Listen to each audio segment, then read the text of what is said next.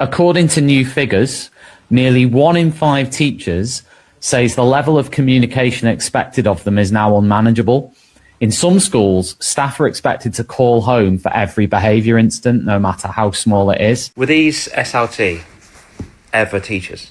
Do they not understand that literally you get at least 5 low-level disruptions every single lesson? That's like 6 lessons a day.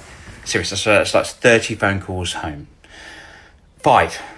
Imagine that. So not only do teachers now obviously have to mark about 360 books a weekend, over the week. People that think that's not possible, that you're right, but those people think that's not true.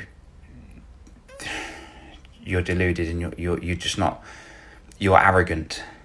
You're arrogant to think just because you've been in one school where you don't do that doesn't mean it's not happening around the world. So, okay, do yourself a favour and the rest of the community a favour.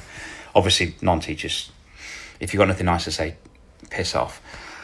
That's wild, isn't it? So they've got to phone home to parents to make sure that they tell their parents that the child is, oh, by the way, what happened was they were rubbing out their work, and they, the rubbings you get, the little flaky rubbings you get, he got the book up and blew it on another child. Just thought I'd let you know. It's kids being kids, okay? It's not a big deal. I remember when I was a teacher, about 12 years ago now, I actually had certain children in the class just swearing.